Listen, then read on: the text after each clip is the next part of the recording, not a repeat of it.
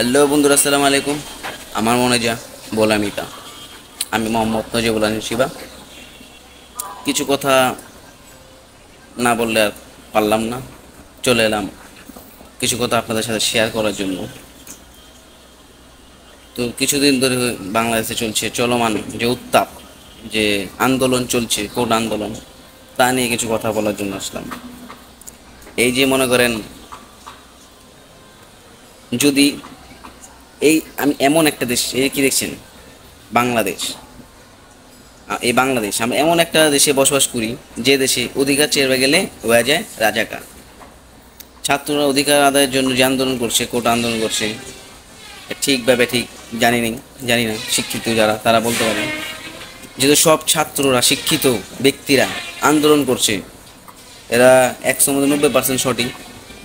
তো যে কোটা আন্দোলন করছে, কোটা নিয়ে, মুক্তিযুদ্ধ কোটা নিয়ে, মুক্তিযোদ্ধার যারা যারা মুক্তিযুদ্ধ, দেশের জন্য মুক্তিযুদ্ধ করেছেন, তাদের কোটার তো প্রয়োজন কি? তারা তো কোটার জন্য মুক্তিযুদ্ধ করেনি। আর যারা এই আন্দোলনের জন্য, যারা এই কোটা আন্দোলনের জন্য ছাত্র, যারা তার অধিকার আদায়ের জন্য আজকে হয়ে গেছেন রাজাকার। রাজাকার অর্থ কি জানেন? রাজাকার শব্দের অর্থ হচ্ছে স্বেচ্ছাসেবী। স্বেচ্ছাসেবীদের কাজ কি? স্বেচ্ছাসেবীদের হচ্ছে গিয়ে নিজের ইচ্ছায় কাজ করা। স্বেচ্ছাসেবীদের কাজ হচ্ছে ভলেন্টিয়ার, ইংলিশে বলে ভলেন্টিয়ার। তারা নিজের চিন্তা না করে দেশের জন্য, দেশের মানুষের জন্য তারা স্বেচ্ছায় কাজ করে থাকেন।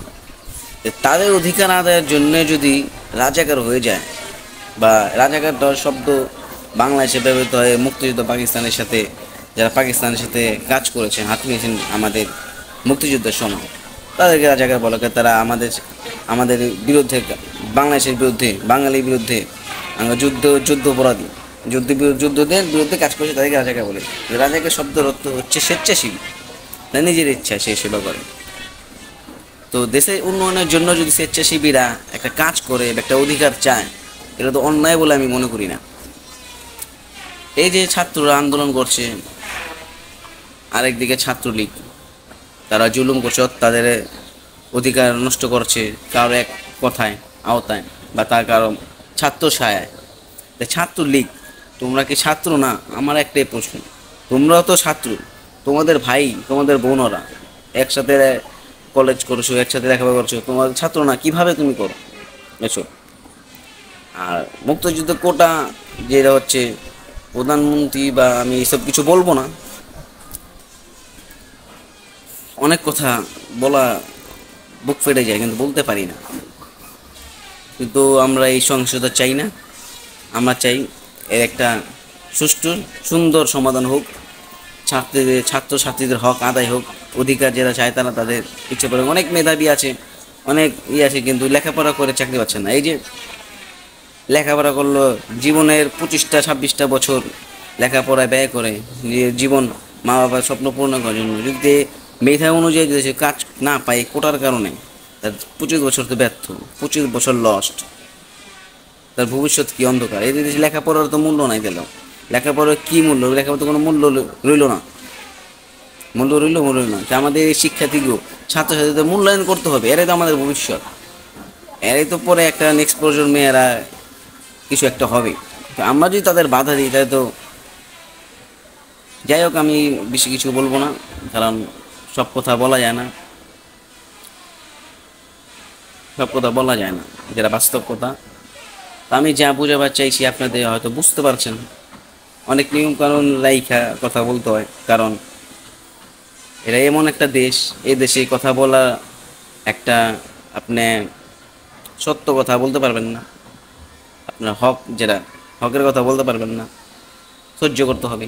সহ্য করতে করতে করতে পিঠ থেকে গেছে বলে, আর পারতাছি না।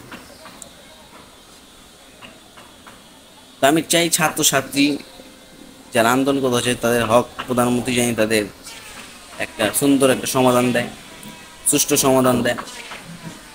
ওটা মুক্তিযুদ্ধকে সম্মান করেন, কিন্তু মুক্তিযুদ্ধদের সম্মান করতে গিয়ে আপনি যে অপমান করছেন, এই অপমানটা তো, মুক্তিযুদ্ধ এই অপমানের জন্য এই দেশকে স্বাধীন করেনি। এই দেশের মানুষ, ছাত্রছাত্রীরা, সাধারণ মানুষ স্বাধীনভাবে নিঃশ্বাস নিয়ে বসবাস করবে, এই জন্য তারা মুক্তিযুদ্ধ করছে। এই দিন দেখার জন্য নয়। তাহলে পাকিস্তানি হানাদার বাহিনীর সাথে আপনাদের ছাত্রলীগ বাহিনীর সাথে পার্থক্যটা কি, এটাই আমার কথা। তা আশা রাখি খুব তাড়াতাড়ি এটা সমাধান হবে। আর ছাত্রছাত্রীদের আমি তাদেরকে কি বলবো, ধৈর্য ধরো ভাই বোনেরা। বাঙালিদের যারা বাঙালি আমরা আছি, আমরা কিছু করতে পারতাছি না, কিন্তু আমাদের দোয়া ভালোবাসা তোমাদের সবার সাথে আছে। আমরা হয়তো মুখে বলতে পারতাছি না, তোমাদের সাথে যোগ হতে পারতাছি না, কিন্তু অন্তর থেকে আল্লাহর কাছে প্রার্থনা করছি। আরে ভাই, তোমরা তো আমাকে ভাই বোন, আমাকে তো মা বোন আছে, ভাই করা ভাই আছে, কোনো ভাই বেড়াতে বড় ভাই আছে, আমার ছোট ভাই আছে। তোমাদের অধিকার তোমরা আদায় করো, দোয়া করি তোমরা সফল হোক, বিজয় হোক ইনশাল্লাহ। লড়াই লড়াই লড়াই করো, লড়াই করে ব্যস্ত হবে। আসসালামু আলাইকুম, বাই বাই।